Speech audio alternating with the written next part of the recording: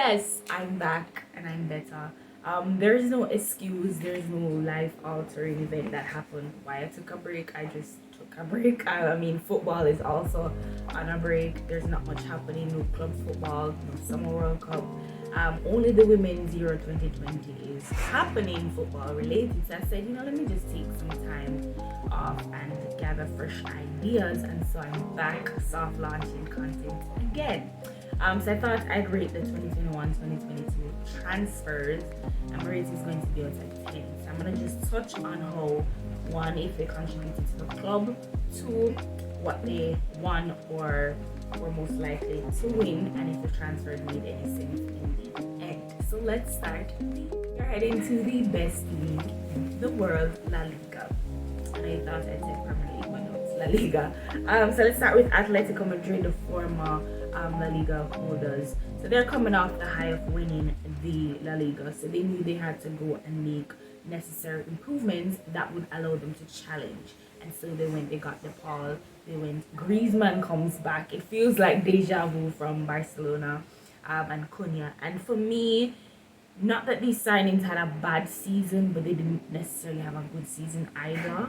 And you could say that the Atletico team as a whole performed incredibly bad this season compared to what they showed last season. And so for me, I'm going to give them a 0 out of 10. The transfers were okay, but didn't progressively made them better. Barcelona has the longest transfer list.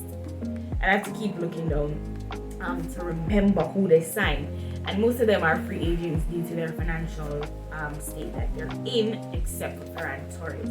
Now, the thing with these transfers are they're not bad players, right? But they're not great either, and they're not the Barcelona level, if you get what I'm saying. 5, 6, or 10 years ago, some of these players with these calibers would have never signed for Barcelona. Barcelona would have never reached out to them. But because of where they are today, you have to settle for them. I mean, Ferran Torres had his moment. He was a bit frustrated at times during the season, and Bayern comes in and he's just a breath of fresh air for them. I think Memphis Depay was a bit disappointing to me because I love him so much. The legend Dani Alves comes back, but you have to consider his age as well. Adama Traore, whatever he added. So to me, the transfers were okay for from climbing to 9th to 4th and getting Champions League football. But for the big stages such as the Europa League, as we saw, they were just not good enough. I mean, Xavi tried, but it was and if they want to move forward, some of these signings are not going to be the way forward. So it's a 3 out of 10 from me. I get the vision, I get where they're going, I get why they made these signings, but it wasn't impressive.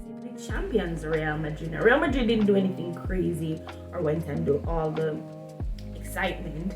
They just went and they get Alaba to fill in, Rafael Varane leaves, Sergio Ramos, so they need that solid defense. And I you think that he's gonna need time to transition to a different league. No, he fits so perfectly. The camaraderie, the chemistry, his IQ, his physicality, his ability to just be a part of big moments and making key decisions was just amazing for them. Also, they signed Camavinga. I've raved about him in my previous videos about how great he is, and that works. These two signings elevated Real Madrid from the team that's struggling to the team that is going to do well. And they did well winning the La Liga. They did well winning the Champions League. It's a 10 out of 10. They got it right and it worked for them. Now we head on to talk about the Premier League. Now, the Premier League had the most signings across the board. Let's start with Arsenal. So Arsenal went young, and I talked about this about the inexperience, but you can give them the fact that you understand where Arteta was going with this project, and you can understand because Ben White has been fairly okay. Tomiyasu before his injury was okay. Ramsdale had an amazing start to the season. It's just the latter part of the season, the signings kind of, took toll, whether it's injury, whether it's performance, but they worked. And so for that, it's a 5 out of 10 because I got the vision, I got where they're going. They finished 3 places above where they were last season, so you could say the signings made sense. Villa. Now, I remember when every week in the summer transfer, there was Aston Villa sign this player, Aston Villa sign this player. I was like, wow, what is going on. They got Leon Bailey from the Bundesliga, Emilia Buendia, Ings, that was just a massive wow. Coutinho comes back. And so you're looking for a positive reaction to these and a positive onward for Aston Villa. But however, it didn't transpire throughout the season. Those who suffered with injuries, those who didn't perform as expected, and just the fact that I think, for me, in my opinion, Gerrard was out of his depth and he could not get the signings to perform, and so it's a 0 out of 10. Yes, they're good players. Did they contribute? Did they elevate Aston Villa? No. Love Chelsea. And I think we all know the story of the Lukaku saga. He comes in £100 million. Look who's back. The hype is there, and as the season goes on, he's not performing. He's not gelling with the team. The chemistry is not there. The system doesn't fit him. He's not working hard enough. Just so much going wrong. And a lot of people would say that they saw it coming from before. Kudos to you. I wanted it to work. No, it didn't. It's fine. We signed Saul on the last day as an extra midfield backup. He hasn't played that many games. When he did, he was out of his depth. Chalobah gets his progression into the team from the academy. Great, love that. But he also had shocker moments where he had great moments as well. But for me, the signings felt rushed on Chelsea's behalf. 1, 2, most of the players didn't fit the team, as I said before, and 3, Tuchel just didn't get the best out of them, so it's a 0 out of 10. Move right along straight in, because Leicester has great scouting and a great director of football that gets so many amazing young gems, and you'd expect that with that they would at least challenge for a top 6 finish, not top 6 but below top 6, and a spot in the European places. But it all comes down to Brendan Rodgers being out of his depth as a coach. 1, not playing the players when they are needed, and to me, Vestergaard didn't have that great of a season. Samara was okay. Patson Daka was the highlight of their season. So it's a 1 out of 10 from me, because they had the idea, it just didn't work out. I bash Liverpool for being losers and all of that, but we cannot deny the fact that Liverpool went and you know how some teams sign because of signing's sake? Liverpool signed because it actually made sense. The addition of Diaz, Konate, Harvey Elliott before his injury, they made sense. And they fit well into the team, and they made the team even better than before. So it's an 8 out of 10 from me. It would have been a 10 out of 10 if they actually won the Premier League or the Champions League. But because they didn't, they lost 2 points. Also, they had a big commotion over their signing Jack Grealish. £100 million comes in. We're expecting him to score 20 goals, which is ridiculous, being that he wasn't a 20-goal a season player before. And for me, as I said before, time and time again in different videos, he worked well into what Pep was trying to get him to just settle in and blend in with the team. He didn't have a horrible season. It was okay. I think, this talk of he's out of depth and he's different from technicality. We'll see how it improves. And for me, it was okay. 5 out of 10. City kind of got it on the mark in terms of, his addition to the squad. This is going to be a butcher case, because I'm going to Man United for filth. I said before my Premier League video, guys, go and watch that.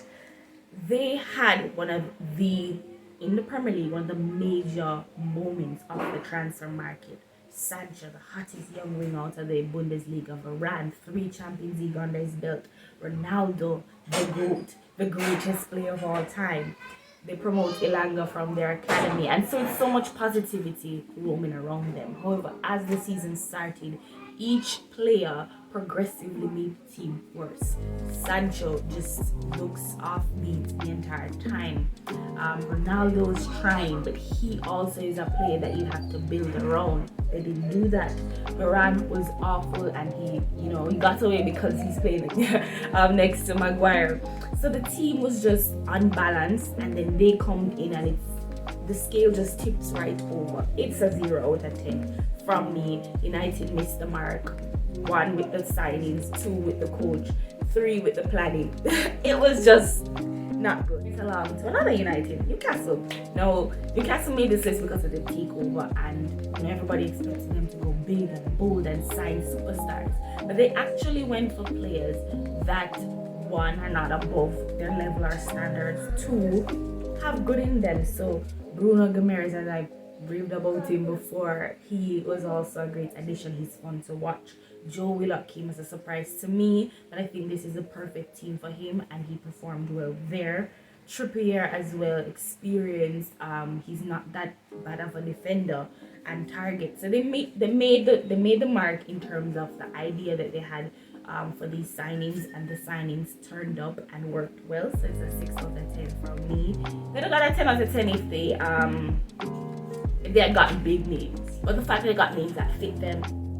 Next up is Tottenham, and I've raved about them as well. How Antonio Conte comes in, the board trusts him, Daniel Leipzig trusts him and gives him this war chest to go and make his signing. Now, Emerson was one of the players that got on my nerves, because with Antonio Conte guidance, you'd think he'd mature and play with his head on his body.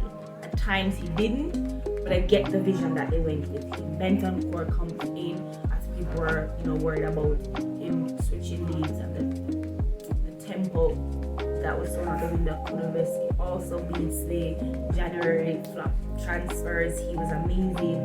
Romero had his moments. I think these players worked for Tottenham in what Tottenham wanted to achieve, which is Champions League football, which is top 4, and they got that because of these signings and because of the proactiveness of the board. I originally gave them a 5 out of 10, but coming from where they were and how awful they were before and how progressively threatening they look now, I'd give them a 10. So we move from the Premier League and we're heading to Italy. Now, if you want to hear my opinion on these players individually and how I went through it, you can go and watch my Serie A is the best video. I'll leave a link in the description. So Inter goes and they try to personalize sign players that could fit the personalities that left, and I think they missed the mark a bit, and that you can credit that to why they lost out on Serie A this year. But I think the signings weren't bad, it was just that they were not the quality of the players that were there before. So it's a 7 out of 10.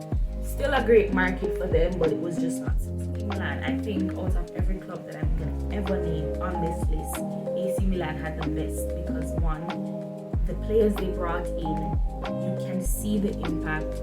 The stats are there. When you talk to fans of the club, they tell you these players are game changers. It's a 10 out of 10. I don't need to go on anymore. Got the vision that they were going for. As I said, this time probably should have went to another club that would allow him to free roam as a player. Locatelli as well. It's good for him as an Italian to go to one of the biggest clubs there and get the momentum as a player. But I do think the ideology that they have, that the manager has, and and the profile of the players didn't go hand in hand, and it kind of suffered to Juventus a bit. It gives a 3 out of 10. Not bad signings, it's just bad planning. Serie A, Roma, and Roma again is one of the few teams that gets a 10 out of 10. And this is because, one, Tammy Abraham comes in and he is just amazing from day 1 to the last day of the season. He was exciting to watch. He gets the more freedom and space and time in Serie A that you probably not get in the Premier League.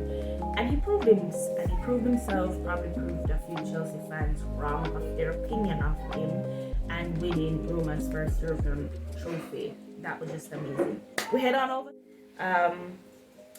And PSG is on this list because they had the most, word I'm looking for, the most exciting transfer season. They got the best player on the planet, Lionel Messi, Hakimi, Nuno Mendes, Ramos, Donnarumma, Gini Wijnaldum, all in one.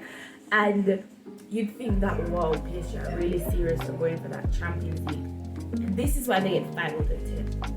Whereas League One, we get it, they were going to win anyways, whether they decide these players or not. I thought these signings would have came in and proved the point that PSG are monsters, are going for that big step in in Europe. It failed for me.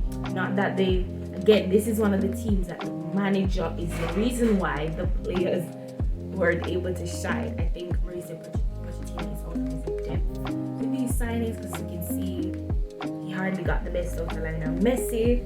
Kimi has been here and there. Donnarumma had his moments, with the situation of Keylor Navas. So I thought that PSG, with these signings, would have at least given the strength of a stronger manager to actually, because these are superstars. When you look at the list of transfers, they are superstars. And with superstars, you need coaches who have achieved things before. You need coaches who have that credibility to carry the team. So yeah, my is a 5 out of 10. Germany now. So Bayern Munich. Bayern Munich signed Upamecano because David Alaba leaves, and from RB Leipzig. Now at Leipzig he was okay. To me, I think he needed time to develop his talent, so staying there 1 or 2 more years would have helped. He came to Bayern and it was just awful performance after awful performance. His reading of the game is not well. His physique, you'd think he's used his physique to help him. Sometimes it's the reason why strikers are spinning him.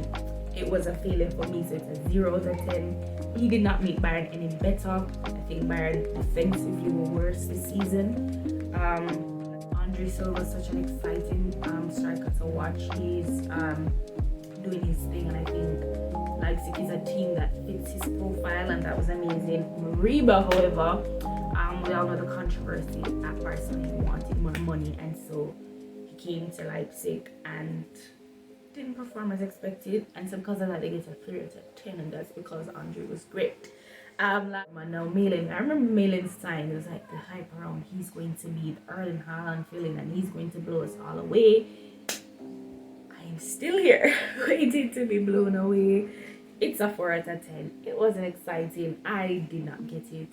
Maybe next season. Of all the clubs, I think the clubs last season took most of them took the strength and courage to actually go for what fits them. 1, 2, some of them panic buy, and that caused them in the end. But for me, the best transfer teams in the 2021-2022 transfers is Real Madrid, AC Milan, Tottenham, and Liverpool. The rest of them, it's a failure. It didn't work. We'll see how it goes for the 2022-2023 season. I'll give what I expect, and then when the season ends, I'll give my rating. So thank you guys so much for watching. I hope you guys enjoy.